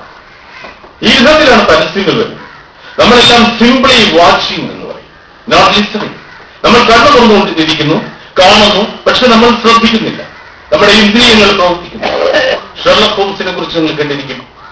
വിശ്വപ്രസിദ്ധനായ, ലോകപ്രശസ്തനായ അപസർപ്പക കഥകളുടെ വസന്ത പുരുഷനായ ആരാണ്? Sherlock Holmes. ഷെർലക് ഹോംസിന് ഒരു കൂട്ടുകാരനുണ്ട്, ഡോക്ടർ വാട്സൺ. ഡോക്ടർ വാട്സൺ എന്ന് പറയുന്ന ഒരു സുഹൃത്തുണ്ട്. ഇദ്ദേഹം ഇങ്ങനെ ഈ ഡിറ്റക്റ്റീവ് കഥകളുടെ നായകനാണല്ലോ. ഒരുപാട് അദ്ദേഹം ഒരു ഡിറ്റക്റ്റീവാണ്, ലോകപ്രശസ്തനായ ഡിറ്റക്റ്റീവ്. ഇദ്ദേഹത്തിന്റെ ക്ലിനിക്കിൽ ഇങ്ങനെ കസ്റ്റമേഴ്സ് ഒക്കെ വന്ന് ഓരോ കാര്യങ്ങൾ പറയും, അവരുടെ പ്രശ്നങ്ങൾ അത് കേട്ടുകൊണ്ടിരിക്കുമ്പോൾ അദ്ദേഹത്തിന്റെ ഒരു സുഹൃത്തുണ്ട്, ഡോക്ടർ വാട്സൺ. അയാൾ വൈകുന്നേരം പുള്ളിയുടെ ക്ലിനിക്ക് വരും. ക്ലിനിക്ക് വരുമ്പോൾ അദ്ദേഹം പറയും, വാട്സൺ ഒന്ന് വെയിറ്റ് ചെയ്യൂ, ഒരു 15 മിനിറ്റ്, ഞാൻ ഈ കേസ് ഡിസ്കസ്. ആയിക്കോട്ടെ പറഞ്ഞു. അദ്ദേഹം പത്രമൊക്കെ വായിച്ചു. ഒരു ദിവസം പത്രം വായിച്ചു കഴിഞ്ഞപ്പോ ഫ്രീ ആയപ്പോ ഹോംസ് പറഞ്ഞു, പത്രത്തിൽ എന്തുകൊണ്ട് വിശേഷം? ഓ, എന്താ വിശേഷം? ഞാൻ വെറുതെ സമയം പോകാൻ വേണ്ടി വായിച്ചു എന്നേ ഉള്ളൂ. സ്ഥിരമുള്ള വാർത്തകളൊക്കെ തന്നെ. ഇപ്പൊ എന്താണ്, ഒരു വിവാഹമോചനത്തെ കുറിച്ച് വന്നിരിക്കും. എന്താ പ്രശ്നം? എന്തിനാണ് ഒരു വിവാഹമോചിതരാകുന്നത്? ഞാൻ നോക്കിയില്ല, മറ്റേ പ്രശ്നം തന്നെ ആയിരിക്കും. ഏതാ, അയാൾക്ക് വേറൊരു ഭാര്യ കാണും, വേറൊരു സ്ത്രീയുമായിട്ട് ബന്ധം കാണും, വിവാഹമോചനമായി കാണും, അല്ലെങ്കിൽ അവൾക്ക് വേറൊരു പുരുഷനുമായിട്ട് ബന്ധം കാണും. ഇതൊക്കെ എന്തിനാ വായിക്കുന്നത്? നമുക്ക് സ്കാൻ ചെയ്ത് പോയാൽ മതിയല്ലോ, നമുക്കറിയാമല്ലോ ഇതൊക്കെ അല്ലേ കാര്യം. തോമസ് പറഞ്ഞു, എന്നാലും പറഞ്ഞു അങ്ങനെ തന്നെ ആവണമെന്ന് നിർബന്ധം. അത് ചിലപ്പോൾ വേറെ കാര്യമായിരിക്കും, നിശ്ചയമായിട്ടും അത് വേറെ കാര്യമായിരിക്കും. നിങ്ങൾ ആ വാർത്ത വായിച്ചു നോക്കൂ, അവര് വിവാഹമോചിതരാകുന്ന അതുകൊണ്ടൊന്നും ആയിരിക്കില്ല. അത് വാർത്ത വായിച്ചപ്പോ സംഭവം എന്താണെന്നറിയോ? ഭർത്താവ് കാര്യം കൂടെ പിരിയാൻ കാരണം ഭർത്താവ് ഈ പല്ല് വെച്ചിട്ടുള്ള ആളാണ്. പല്ല് വെച്ചിട്ട് എല്ലാം കൃത്രിമ പരിപാടികളാണല്ലോ. നമ്മുടെ കാലത്ത് ദൈവം തന്നുവിട്ട എന്തുണ്ട് നമ്മുടെ ഇല്ലെന്നൊക്കെ ആലോചിക്കാതിരിക്കുന്നതാണല്ലോ. എല്ലാം വെച്ച് പിടിപ്പിച്ച് അഡ്ജസ്റ്റ് ചെയ്ത് കാറ്റടിച്ചൊക്കെ നിർത്തിയിരിക്കുകയാണ്. അപ്പോ ഇയാള് പല്ല് വെച്ചിരിക്കുകയാണ്. ഇയാൾക്ക് എന്താ പ്രശ്നം? ഈ പല്ല് വെച്ച ആളുകളെ ശ്രദ്ധിച്ചിട്ടുണ്ടോ? ഫുൾ പല്ലും വെച്ചവരാണെങ്കിൽ അവര് ചിരിക്കുമെങ്കിലും ഒന്നും കഴിക്കില്ല. നമ്മുടെ വീട്ടിൽ വന്ന് ചിരിക്കുകയൊക്കെ ചെയ്യുന്ന അവർക്ക് ഈയിടയ്ക്ക് ഒരു ദുഷ്ടം പറഞ്ഞു തന്നാണ്, പല്ല് വെച്ചവരെ കണ്ടുപിടിക്കാൻ എളുപ്പമുണ്ട്, പാളയം തോടം പഴം വാങ്ങിച്ചു പല്ല് അവര് കടിച്ചോ സെറ്റോടെ പഴത്തിലിരിക്കും. അതുകൊണ്ട് പഴം കാണുമ്പോഴേ ഈ പല്ല് വെച്ച ആളുകള് നമുക്ക് നോക്കുമില്ല. പിന്നെ ചില സംസാരിക്കുമ്പോഴും ഈ ചാട്ടവും അതൊക്കെ ഉണ്ട്. അതൊക്കെ എന്തുകൊണ്ടാണെന്ന് വെച്ചാൽ നമ്മൾ ആശാന്മാര് വെച്ചു കൊടുത്തിട്ടാണ്. വെളിയിലെ കൊള്ളാമര കൊണ്ട് വെച്ചാല് പഴവും കഴിക്കാം, എല്ലാം കഴിക്കാം. അപ്പൊ അങ്ങനെയുള്ള മനുഷ്യർ എന്താ ചെയ്യുന്ന പറഞ്ഞാൽ, ഈ കഥാപാത്രം, ഈ ഭർത്താവ് ഭക്ഷണം കഴിക്കാനായിട്ട് ഡൈനിങ് ടേബിളിൽ ഇരിക്കുമ്പോ പല്ല് ആദ്യമേ ഊരിയാണ്. അതാ സൗകര്യം. ഭാര്യ പലപ്പോഴും പറഞ്ഞിട്ടുണ്ട്, ഈ വൃത്തിയത് കാണിക്കരുത്, ഒന്നിലും നിങ്ങളിത് ഊരിയിട്ട് വരണം, അതല്ലെങ്കിൽ എന്റെ കൂടെ ഇരുന്ന് കഴിക്കരുത്. നല്ല സാധനം, വില കൂടിയ സാധനങ്ങൾ, ചിരിയും അത് ഇതൊക്കെ കൊണ്ടുവന്ന് വാങ്ങിച്ച് തുറന്നു വെച്ച് ഇയാള് ഊരി അവിടെ പലതവണ ഇത്തിരി കേൾക്കുന്നു. സ്ഥലം വൃത്തിയില്ലാതെ അവര് സൂട്ട് തയ്ക്കുന്നു. വിചിത്രമായ സൂട്ടല്ലേ. നമുക്കിവിടെ ഒറ്റ പ്രശ്നമുണ്ട്, നേരത്തെ പറഞ്ഞ പ്രശ്നം, സംശയവും കാര്യങ്ങളൊക്കെ. അവർക്ക് സംശയമൊന്നുമില്ല, സംഗതി കഥ തന്നെയാണ്, പക്ഷെ അതിവിടെ വെച്ച് എസ്പിയാവില്ല. അങ്ങനെയാണ് ആ കേസ്. അപ്പൊ ഹോംസ് ചോദിച്ചു, വാട്സൺ ഇപ്പൊ എങ്ങനെയുണ്ട്? ഇങ്ങനെയാണ് നമ്മൾ പ്രതികരിക്കുന്നത്. പെട്ടെന്ന് പ്രതികരിക്കുകയാണ് അല്ലെ? ഒരു വാർത്ത കേട്ട ഉടനെ അങ്ങ് പ്രതികരിക്കുകയാണ്. കാള പെറ്റു എന്ന് കേൾക്കുമ്പോഴേ കുഴമ്പെടുക്കുകയാണ്, കുഴമ്പാണ് എടുക്കുന്നത്. ഈ ഹോംസും വാട്സണും കൂടെ ഒരിക്കൽ ഒരു ട്രക്കിങ്ങിന് പോയി. ട്രക്കിംഗ് എന്ന് പറഞ്ഞാൽ ഈ പർവ്വതാരോഹണത്തിനൊക്കെ ഒരു ചേഞ്ച്, ഒരാഴ്ചയിലെ 6 ദിവസവും നമ്മൾ പണിയെടുത്താൽ, നമ്മൾ വളരെയധികം ക്ലേശകരമായി അധ്വാനിച്ചാൽ നമുക്കൊരു വിശ്രമം ആവശ്യമാണ്. അതുകൊണ്ട് അവരൊരു ട്രക്കിങ്ങിന് പോയി.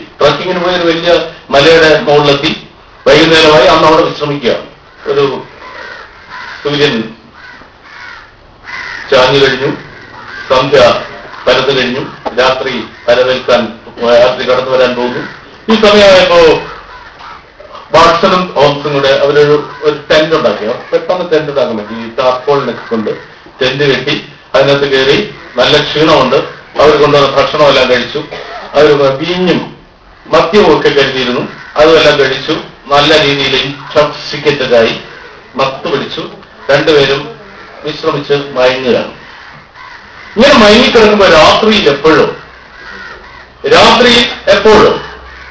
ആരുണർന്നു? ഹോംസ് ഉണർന്നു. ഹോംസ് ഉണർന്ന് നോക്കുമ്പോ രാത്രിയാണ്, നല്ല രാത്രിയാണ്. ഇദ്ദേഹം വാട്സൺ മനോഹരമായിട്ട് കിടന്ന് ഉറങ്ങുന്നു, കൂർക്കം വലിച്ചുറങ്ങുന്നു. Sound sleep. സൗണ്ട് സ്ലീപ്പ് എന്ന് ഇംഗ്ലീഷുകാരൻ പറയുന്നത് വേറെയാണ്. നമ്മുടെ നാട്ടിൽ സൗണ്ട് സ്ലീപ്പ് എന്ന് പറഞ്ഞാൽ സൗണ്ട് സ്ലീപ്പ് തന്നെ, സൗണ്ടോട് കൂടിയ സ്ലീപ്പാണ്. ഒരു നിശ്ചിത അകലത്തിന് ആളുകൾ കിടക്കാവും. Sound sleep. അപ്പോ വാട്സനെ വിളിച്ചു, വാട്സൻ എന്തിന് ഉറക്കമാണ്, എഴുന്നേക്കും. എത്ര സുന്ദരമായിരിക്കുന്നു കാലാവസ്ഥ, മനോഹരമായ കാലാവസ്ഥ, മനോഹരമായ പ്രകൃതി, പച്ച പുൽക്കൊടി തുഞ്ചിൽ തച്ചുന്ന കൊച്ചു മാണിക്യ കല്ലുകൾ എന്ന് ചങ്ങമ്പുഴ പറഞ്ഞതുപോലെ ഇങ്ങനെ പ്രകൃതിയാകെ അങ്ങനെ തളർത്തുലഞ്ഞു നിൽക്കുന്ന സമയം രാത്രി. ഇത് കാണുന്നില്ലേ? വാട്സൻ എഴുന്നേക്കും. വാട്സൻ എഴുന്നേറ്റ് കണ്ണുകൊണ്ട് നോക്കിയിട്ട് പറഞ്ഞു, എങ്ങനെ തോന്നുന്നു? വയറും ഫിറ്റ് മാറിയിട്ടില്ല എന്ന് പറഞ്ഞു. ബെസ്റ്റായിരിക്കുന്നു, നല്ല പൊളിറ്റിക്കായി, നല്ല രസമായിരുന്നു. ഒന്ന് വർണ്ണിക്കൂ വാട്സൻ. നിങ്ങളൊരു കവിയാണെന്നല്ലേ പറയുന്നത്, നിങ്ങൾ ഒന്ന് വർണ്ണിക്കൂ. എങ്ങനെയുണ്ട് രാത്രി? മനോഹരമായ രാത്രി, സുരഭിതമായ രാത്രി. പോരാ, ആകാശത്തിലേക്ക് നോക്കൂ. അവിടെ എന്ത് കാണുന്നു? ആകാശം നിറച്ച് ആനകേറാമല, ആടുകേറാമല, 1000 കാന്താരി പുത്തിറങ്ങി. എന്തുവാ? നക്ഷത്രങ്ങൾ, നക്ഷത്രാങ്കിതമായ രാത്രി. നക്ഷത്രങ്ങളോ അനന്തകോടി നക്ഷത്രങ്ങൾ. 1 കോടി നക്ഷത്രം ഒരുപോലെ നമ്മളെ കളിയാക്കി നിൽക്കുന്ന കാലം എന്ന് കവി പറഞ്ഞതുപോലെ അനന്തകോടി നക്ഷത്രങ്ങൾ. ആ നക്ഷത്രങ്ങൾ വാട്സനെന്ന് ഫോമായി. ആ നക്ഷത്രങ്ങൾ നമ്മുടെ ആത്മാവുകളാണ്, നമ്മുടെ പൂർവികളുടെ ആത്മാവുകളാണ്. അവർ പ്രണയത്തിന്റെ പ്രതീകങ്ങളാണ്, പ്രണയ നക്ഷത്രങ്ങളാണ്. ഈ രാജ്യത്തെ പ്രണയിക്കുന്ന മുഴുവൻ ആളുകൾക്കും പിന്തുണ കൊടുത്തുകൊണ്ട് നമ്മളെ ഒറ്റുനോക്കിച്ചിരിക്കുന്ന 1 കോടി നക്ഷത്രം ഒരുപോലെ നമ്മളെ കളിയാക്കി നിൽക്കുന്നത് പോലെ നിൽക്കുന്ന നക്ഷത്രങ്ങൾ, അനന്തകോടി നക്ഷത്രങ്ങൾ. പിന്നെയോ കൗമുദി പിന്നെ ചൂടാക്കി വിടുകയാണ്. എന്നിട്ട് പിന്നെ മേഘങ്ങൾ. എങ്ങനെയുള്ള മേഘങ്ങൾ? കരിനീല മേഘങ്ങൾ, കരിനീല മേഘജാലങ്ങൾ. അത് ഈ നക്ഷത്രങ്ങളുടെ ബറ്റാലിയനാണ്. അതിങ്ങനെ ഒഴുകി പോവുകയാണ്. അത് ഈ ആകാശത്തിലൂടെ ഈ നക്ഷത്രങ്ങളുടെ ശുദ്ധമായ വരവറിയിച്ചുകൊണ്ട് ആകാശവീഥികളിലൂടെ അങ്ങനെ പറന്നു പോകുന്ന, നീന്തി നീങ്ങുന്ന കരിനീല മേഘജാലങ്ങൾ. എന്നിട്ട് പെട്ടെന്ന് വാർത്ത ചോദിച്ചു, അല്ല ഹോംസ്, നിങ്ങൾക്കെന്ത് പറ്റി? നിങ്ങൾ ഈ രാത്രി എന്നെ വിളിച്ചുണർത്തി ഇതിനെ കുറിച്ചൊക്കെ പറയാൻ എന്താ പ്രശ്നം? അപ്പൊ ഹോംസ് പറഞ്ഞു, എന്റെ Watson, U miss the main point. നിങ്ങൾ മെയിൻ പോയിന്റ് മിസ് ചെയ്തിരിക്കുന്നു. നമ്മളൊരു ടെന്റിലല്ലേ കിടന്നത്, ഇല്ലേ? നമ്മൾ വൈകുന്നേരം ഒരു ടെന്റ് കുട്ടിയല്ലേ കിടന്നത്. ആ ടെന്റിന്റെ ടാർപോളിൽ ഏതോ എരപ്പാളി അടിച്ചുകൊണ്ട് പോയി. അതുകൊണ്ടാണ് ഇപ്പൊ നക്ഷത്രങ്ങളെയും ആകാശത്തെയും എല്ലാം കാണാൻ കഴിയുന്നത്. നിങ്ങൾ ടാർപോളിന്റെ കാര്യം മറന്നുപോയിരിക്കുന്നു. You miss the main point. എങ്ങനെയുണ്ട് പ്രതികരണശേഷി? വാട്സന്റെ പ്രതികരണശേഷി? വാട്സന്റെ പ്രതികരണശേഷിയാണ് ഈ രാജ്യത്തെ പലരുടെയും പ്രതികരണശേഷി എന്ന് പറയേണ്ടി വരും, അല്ലേ? നമ്മൾ കണ്ടു കാണുന്നില്ല. ഇപ്പോ കൊച്ചി നഗരത്തിന്റെ ഹൃദയഭാഗത്തു നിന്നും 16 കിലോമീറ്റർ അപ്പുറത്തെന്ന് പറയുമ്പോഴേക്കും നമ്മൾ ബുക്ക് ചെയ്ത് റെസിപ്റ്റ് വാങ്ങിച്ച് പോക്കറ്റ് ഇട്ട് വെച്ചു. അവസാനം താമസിക്കാൻ ചെല്ലുമ്പോഴാണ് അവിടെ 16 കിലോമീറ്ററിന്റെ അപ്പുറത്ത് എങ്ങനെയായിരിക്കും അവിടുത്തെ ഭൂപ്രദേശം എന്ന് അറിയുന്നു. ഈ വിധത്തിലുള്ള പ്രതികരണശേഷി ഉള്ള പുതിയ തലമുറ എന്ത് ചെയ്യണം? കാരണം നമ്മുടെ രാജ്യത്ത്, നമ്മുടെ സമൂഹത്തിന് വന്നിരിക്കുന്ന ഏറ്റവും വലിയ പ്രശ്നം എന്ന് പറയുന്നത് ഇതികർത്തവ്യതാമൂഢതയാണ്. ഇതികർത്തവ്യതാമൂഢത എന്ന് പറഞ്ഞാൽ നിങ്ങൾക്ക് എന്ത് മനസ്സിലായി എന്ന് എനിക്കറിഞ്ഞൂടാ. ചില വാക്കുകളാണ് ചില സത്യങ്ങളിൽ നിന്ന് നമ്മളെ അകറ്റുന്നു. പണ്ട് ഞാൻ സ്കൂളിൽ പഠിക്കുന്ന കാലത്ത് സാരമേയം എന്നൊരു വാക്ക് മലയാളം ഉണ്ട്. സാരമേയം എന്ന് പറഞ്ഞാൽ എന്റെ അർത്ഥമില്ല. സാരമേയം ഇംഗ്ലീഷിലാണ് ഇതെന്ന് പറയുന്നത്. അത്ര പ്രതികരണമാണ്. മലയാളത്തിൽ പ്രതികരിച്ചാൽ പറ്റിയില്ലെങ്കിലോ എന്ന് വിചാരിച്ച് ഇംഗ്ലീഷിൽ പ്രതികരിച്ചിട്ടില്ല. പക്ഷെ സംഭവം ശരിയാണ്. സാരമേയത്തിന്റെ അർത്ഥം തെറ്റിപ്പോകുന്ന കുറെ കഴിവുണ്ടാവുമെന്ന് എനിക്കറിയാം. അപ്പൊ എനിക്കൊന്നും അറിഞ്ഞുകൂടാത്തതുകൊണ്ട് ഞാൻ സാറിനോട് ചോദിച്ചു, സാരമേയം എന്ന് പറഞ്ഞാൽ എഴുന്നേറ്റ് ക്വസ്റ്റ്യൻ ചോദിച്ചു. ഈ അധ്യാപകന്മാർക്കൊക്കെ ചോദ്യം ചോദിക്കുന്ന കുട്ടികളെ, സംശയാർത്ഥികളായ കുട്ടികളെ ഇഷ്ടമാണെന്ന് പറയുന്ന വെറുതെയാണ്. അതവർക്ക് ഇഷ്ടമല്ല. ചോദ്യം ചോദിക്കുന്ന കുട്ടികളൊക്കെ അവർ വിരട്ടും. അപ്പൊ ഈ അധ്യാപകനോട് ഞാൻ സാരമേയത്തിന്റെ അർത്ഥം ചോദിച്ചപ്പോൾ അദ്ദേഹം സൂക്ഷിച്ചു നോക്കി. ഇങ്ങനെ സാരമേയം എന്ന് പറഞ്ഞ് സാരമേ എന്ന് പറഞ്ഞാല് മേലാകവേ ചൊല്ലിളകി കിതച്ചു. ഞാൻ പേടിച്ചു പോയി. ഞാനങ്ങനെ കഴിക്കാൻ പറഞ്ഞു. സാരമേത്തിന്റെ അർത്ഥം അറിയണ്ടേ? കേട്ടോ. മേലാകവേ ചൊല്ലിളകി കിതച്ചു, സ്ഥൂലാസ്ഥി പാർശ്വങ്ങളിൽ ഉയർന്നു നിന്നും കോലായി ഏതാണ്ട് നമസ്കരിച്ച പോലായി കിടപ്പുണ്ടൊരു കോലായിൽ ഏതാണ്ട് നമസ്കരിച്ച പോലായി കിടപ്പുണ്ടൊരു സാരമേയ. ആരാണ്? പട്ടി. ദേമജൻ ഡോഗത്താണ്. ഡോഗാണ് സാരമേയ, പട്ടിയാണ് സാരമേയ. പക്ഷെ ഈ ശ്ലോകം കേട്ടാൽ നമുക്ക് മനസ്സിലാവുമോ? ഇതേപോലെ ഇതികർത്തവ്യത മൂഢത എന്നൊക്കെ പറയും. നമ്മുടെ സമൂഹത്തെ, ഇന്ത്യൻ സമൂഹത്തെ, ഇന്ത്യയിലെ പുതിയ യുവത്വത്തെ ബാധിച്ചിരിക്കുന്ന ഏറ്റവും സജീവമായ ഗ്രസിച്ചിരിക്കുന്ന പ്രശ്നം എന്ന് പറയുന്നത് ഇതികർത്തവ്യത മൂഢതയാണ്. വർഷങ്ങൾക്ക് മുമ്പ് ഞാൻ പത്രത്തിൽ വായിച്ച ഒരു വാർത്ത എന്നത് പക്ഷെ നിങ്ങൾക്ക് ഓർമ്മ വരും. ഒരു ദിവസം രാവിലെ വായിക്കുമ്പോൾ ഒരു ബോക്സ് ന്യൂസ്, ഒരു തിരുവനന്തപുരത്ത് നെയ്യാറ്റിൻകരയ്ക്ക് ആ ഭാഗത്തോടെയാണ്. ഭാര്യയും ഭർത്താവും അടങ്ങുന്ന ഒരു കുടുംബം, ഭാര്യയും ഭർത്താവും മകളും അടങ്ങുന്ന ഒരു കുടുംബം രാത്രി സെക്കൻഡ് ഷോ സിനിമ കാണാൻ പോയിട്ട് അവർ വീട്ടിലേക്ക് മടങ്ങി വരികയാണ്. ഗ്രാമപ്രദേശമാണ്, ട്രെയിൻ പോകുന്ന സ്ഥലമാണ്. അപ്പൊ ട്രെയിനിന്റെ പാളങ്ങൾ ഇങ്ങനെ ഒരു പുഴയുടെ പുറത്തുകൂടെ പോവുക. അപ്പൊ അതിലൂടെ നടന്നു വേണം, കുറച്ച് ഭാഗത്ത് ഈ പുഴ മാത്രമേ ഉള്ളൂ കുറെ ദൂരം, അതിന്റെ പുറത്തുകൂടെ ഇങ്ങനെ നടന്നു വേണം അവർക്ക് അപ്പുറത്ത് പോകാൻ. വേറെ വഴിയുണ്ട്, ഇതാണ് ഷോർട്ട് കട്ട്. ഷോർട്ട് കട്ടാണല്ലോ നമുക്ക് ഇഷ്ടം, ഷോർട്ട് കട്ട്. ഇവരുടെ ഗ്രാമമാണ്, അവർക്ക് സ്ഥിരമായിട്ട് അറിയുന്നതാണ്, ഒരു പ്രശ്നമില്ല. അവരിത് കഴിഞ്ഞിട്ട് ഈ പുഴയുടെ മുകളിലുള്ള പാളം സ്ഥിതി ചെയ്യുന്ന ഭാഗത്തെത്തി. ഭർത്താവ് കുഞ്ഞിന്റെ കൈ പിടിച്ചിട്ടുണ്ട്, കുഞ്ഞ് മോള് അമ്മയുടെ കൈ പിടിച്ചിട്ടുണ്ട്. സാധാരണ പറയുന്നത് ശ്രീമാൻ മുമ്പേ, ശ്രീമതി മുമ്പേ, പിള്ളേരെല്ലാം വാലേ വാലയാണ്. ഇപ്പൊ നടുക്ക് ഒരുപാട് ദൂരമൊന്നുമില്ലല്ലോ, കുട്ടി നടുക്ക്. അങ്ങനെ അവര് അടിവെച്ച് ഇങ്ങനെ പൊയ്ക്കൊണ്ടിരിക്കുമ്പോൾ ബാലൻസിൽ പൊയ്ക്ക് ഏതാണ്ട് പകുതിയോളം എത്തിക്കൊണ്ട് ട്രെയിൻ പ്രത്യക്ഷപ്പെടുന്നു. ഒരു പൊട്ടുപോലെ അളവിൽ സംഹാരത്തിനെ പോലെ ട്രെയിൻ പ്രത്യക്ഷപ്പെടുന്നു. വിഷ്ണുക്കെ കഴിഞ്ഞാൽ അടുത്ത് വരുമോ? എന്ത് ചെയ്യും? ആലോചിച്ചു നോക്കുക, എന്ത് ചെയ്യും? വല്ലാത്ത ഒരു നിമിഷമാണ്, ഒരു സന്നിഗ്ധമായ അവസ്ഥയാണ്. എന്ത് ചെയ്യും? ഒന്നും ചെയ്തില്ല, ഒന്നും ചെയ്യാൻ പറ്റിയില്ല. അയാൾ ഭാര്യയും കുഞ്ഞിനെയും മാറോട് അടക്കി പിടിച്ച ഒരു 3 പേരും കൂടെ വട്ടം ചുറ്റിയാണ് വിധിക്ക് വിധേയമായ നിന്നു. ട്രെയിൻ കടന്നുപോയി. ശതഞ്ഞരഞ്ഞ 3 ശവശരീരങ്ങൾ അവശേഷിപ്പിച്ചുകൊണ്ട് ട്രെയിൻ കടന്നുപോയി. ഈ വാർത്ത പത്രത്തിൽ ബോക്സ് ആയിട്ട് വന്നു. കുറച്ചു പേരെങ്കിലും ഓർമ്മിക്കും, ഒരു 6-7 വർഷം മുമ്പാണ്.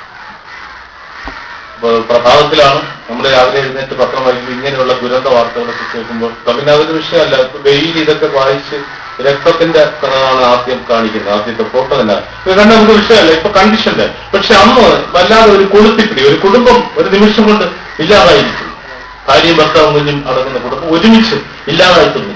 വിധി, ക്രൂരമായ ദുർവിധി. അപ്പൊ ഞാൻ ഓഫീസിൽ ചെന്നപ്പോ ഓഫീസിൽ ചർച്ച നടക്കും. ഓഫീസിലാണ് നമ്മുടെ രാജ്യത്ത് ഈ ചർച്ചയെല്ലാം നടക്കുന്നത്. ഏത് വിഷയത്തെക്കുറിച്ചും നമ്മുടെ ഉദ്യോഗസ്ഥന്മാർ വന്ന് ബാഗും എല്ലാം വെച്ച് തങ്ങിയിരിക്കുകയാണ് ചർച്ച ചെയ്യാനായിട്ട്. അന്ന് ചർച്ച ചെയ്യുന്നത് ഇതാണ് വിഷയം. എന്താണ്? ഈ കുടുംബത്തിന്റെ പ്രശ്നമാണ്. അപ്പൊ ഒരു വിദ്വാൻ പറഞ്ഞു, ഞാൻ ആരെ മറ്റേ ആ ഗ്രഹനാഥൻ എന്ന് പറയില്ല, അവനെ പറയുള്ളൂ. കാര്യം പറഞ്ഞാല് അയാൾക്ക് ഇപ്പൊ ഇവര് മരിക്കേണ്ട കാര്യമൊന്നുമില്ല. അയാൾക്ക് ആദ്യം കുഞ്ഞിനെ കൊണ്ട് ഓടാമായിരുന്നു, ഇനിയൊക്കെ ഇത് ഇത്രയും ദൂരം ഓടായിരുന്നു. എന്നിട്ട് പിന്നെ പോയി സമയമുണ്ടെങ്കിൽ ഭാര്യയെ കൂടെ രക്ഷിക്കാമായിരുന്നു. അപ്പൊ വേറൊരാൾ പറഞ്ഞു, അല്ലെങ്കിൽ ഭാര്യയെ അവിടെ നിർത്തിയിട്ട് അയാൾക്ക് കുഞ്ഞിനെ കൊണ്ട് വരായിരുന്നു. ഭാര്യയൊക്കെ ഒഴിവാക്കാൻ കിട്ടിയത് ദൈവം കൊടുത്തോ, എപ്പോഴും കൊടുക്കും. ചാൻസ് കംസ് ഓൺലി വൺസ് എന്നാണ്. ഒരു ചാൻസ് കിട്ടിയാണ്. കുഞ്ഞിനെ ആരും ഒന്നും പറയില്ല. ഈ ഇത്രയും പ്രായമായ ഭാര്യയെ രക്ഷിക്കണോ കുഞ്ഞിനെ രക്ഷിക്കണോ? കുഞ്ഞിനെ കൊണ്ട് അയാൾക്ക് വരായിരുന്നു. ഭാര്യ വേണമെങ്കിൽ പുറകെ വന്നോളുമായിരുന്നു. ഭാര്യ വരുമായിരുന്നു. വേറെ എവിടെ പോകാൻ? ഇങ്ങനെയൊക്കെ ചർച്ച നടക്കും. വേറെ ആൾ പറഞ്ഞു, ഒന്നും വേണ്ട, ഭാര്യയെ പിടിച്ച് വെള്ളത്തിൽ തള്ളിയിട്ട് ഇയാൾക്ക് ഓടി വരാനുള്ള സമയം ഉണ്ടായിരുന്നു. അപ്പൊ പിന്നെ അയാൾക്ക് കുറ്റബോധത്തിന്റെ ആവശ്യമില്ല. ദൈവം അനുവദിക്കുമെങ്കിൽ അയാളുടെ ദൗർഭാഗ്യവാനാണെങ്കിൽ അവൾ കയറി വരും. ദൈവത്തിന് വിട്ടു കൊടുക്കാൻ. അപ്പൊ വേറൊരാൾ പറഞ്ഞു, അല്ലെങ്കിൽ അത്ര ഭയമാണ്, എല്ലാവരും കൂടെ വെള്ളത്തിൽ ചാടുകയായിരുന്നല്ലോ, ആരെങ്കിലും ഒക്കെ രക്ഷപ്പെടുമായിരുന്നല്ലോ. ദൗർഭാഗ്യവാനാണെങ്കിൽ എല്ലാവരും രക്ഷപ്പെടുമായിരുന്നു. പക്ഷെ പക്ഷെ ഇതൊക്കെ ഞാൻ ചോദിക്കട്ടെ, ഇതൊക്കെ ഒരു കറങ്ങുന്ന പങ്കയുടെ ചുവട്ടിൽ ഇരുന്നുകൊണ്ട് വളരെ സ്വസ്ഥമായ സ്വച്ഛന്തമായ ഒരു അന്തരീക്ഷത്തിൽ ഇരുന്നുകൊണ്ട് വളരെ ഫ്രീ ആയി റിലാക്സ് ചെയ്ത് ചർച്ച ചെയ്യുമ്പോൾ പറയാവുന്ന കാര്യങ്ങൾ മാത്രമല്ലേ? ജീവിതത്തിൽ അത്തരം നിമിഷങ്ങൾ നമ്മുടെ മുമ്പിൽ നിൽക്കുമ്പോൾ പ്രതിസന്ധിയുടെ അത്തരം നിമിഷങ്ങളിൽ പതറിപ്പോകാതെ പിടിച്ചു നിൽക്കാൻ, അതിനെ അതിലംഘിച്ച് മുന്നോട്ട് പോകാൻ, അതിജീവിക്കാൻ എത്രവർക്ക് സാധിക്കും? അപ്പോൾ ചെയ്യേണ്ടതായ കാര്യങ്ങൾ ചെയ്യേണ്ടതായ നിമിഷങ്ങളിൽ ചെയ്യാൻ കഴിയാതെ പോകുന്ന ആ നിസ്സഹായ അവസ്ഥയുണ്ടല്ലോ, ആ അവസ്ഥയാണ് ഇതികർത്തവ്യതാമൂഢതയെന്ന്.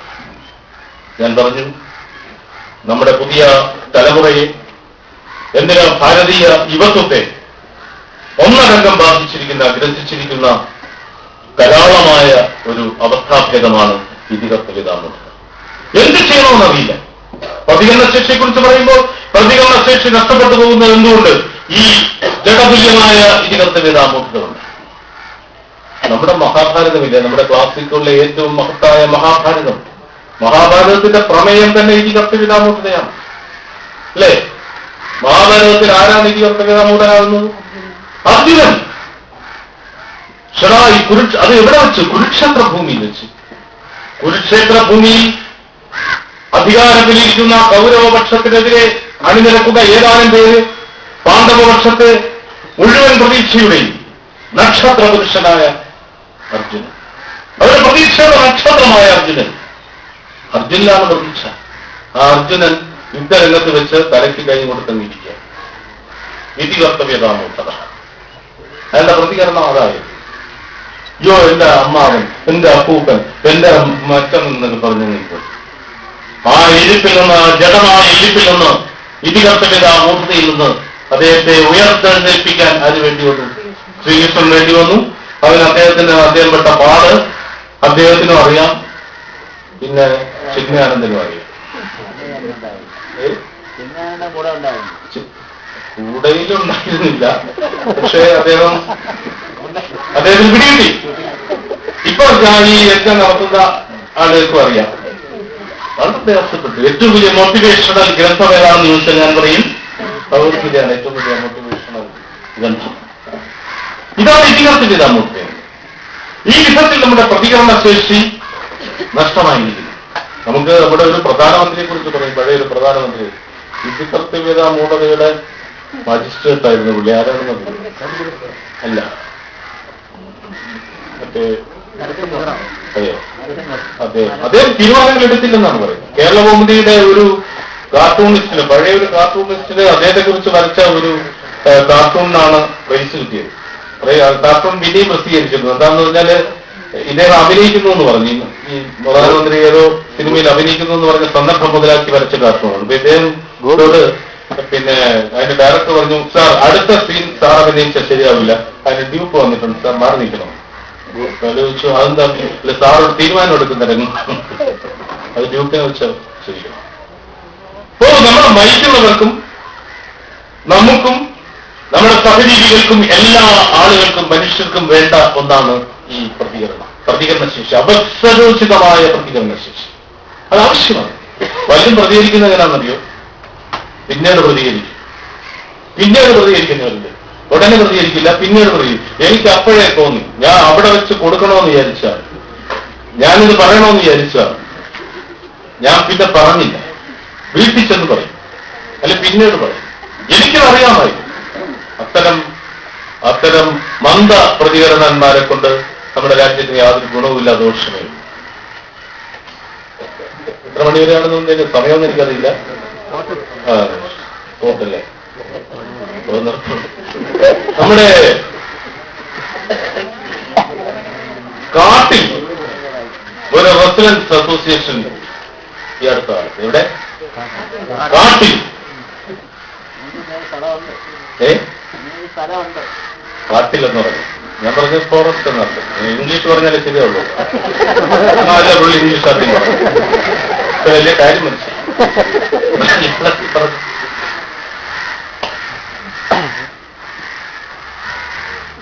സിംഹം, കാട്ടിലെ രാജാവാണല്ലോ, സിംഹത്തിന്റെ ഒരു ബോർ ഈ അടുത്ത കാലത്തായിട്ട്. സിംഹം ഇവർക്ക് എങ്ങനെ ബോറടിക്കാതിരിക്കുക, അയാളുടെ കയ്യിൽ വെച്ച് ആരെങ്കിലും പുള്ളി എടുത്ത് സംസാരിച്ചുകൊണ്ടിരിക്കുക, ചായ കുടിച്ചുകൊണ്ടിരിക്കുക ചെയ്യും. അതുകൊണ്ട് സിംഹത്തിനാകെ ബോർ. സിംഹം ആ കാട്ടിലുള്ള മുഴുവൻ റെസിഡൻസിനെ വിളിച്ചുകൂട്ടി, കാട്ടുകൂട്ടം വിളിച്ചുകൂട്ടി ഒരു പാറപ്പുറത്ത് എല്ലാവരും കൂടി സമ്മേളിച്ചതിന് ശേഷം സിംഹം പറഞ്ഞു, നമ്മുടെ ഈ കാട്ടിലെ ജീവിതം വളരെ ബോറായിക്കൊണ്ടിരിക്കുക അല്ലേ? ഇപ്പൊ ആരും തലയാക്കുന്നില്ല. സിംഹം പറഞ്ഞാൽ തലയാക്കിയ ചിലപ്പോൾ അതിനായിരിക്കും ശിക്ഷ. അതുകൊണ്ട് എല്ലാവരും വളരെ സീരിയസ് ആക്കി. നമുക്കൊരു റെസിഡൻസ് അസോസിയേഷൻ ആണ്. നമ്മൾ വൈകുന്നേരങ്ങളിൽ ഇവിടെ കൂടെ ഈ പാറപ്പുറത്ത് വെച്ച് കൂടണം. നമുക്ക് കുറച്ചുകൂടെ ലൈവ്ലി ആകണം. ഇത് ഭയങ്കര ബോറായിപ്പോയി കാറിലെ ലൈവ് കേട്ടോ. അവിടെ എല്ലാവരും ഇവിടെ കൂടണം, ഈ പാറപ്പുറത്ത് കൂടണം. നാളെ വീണ്ടും കൂടാം. വെറുതെ കൂടിയാൽ പോരാ,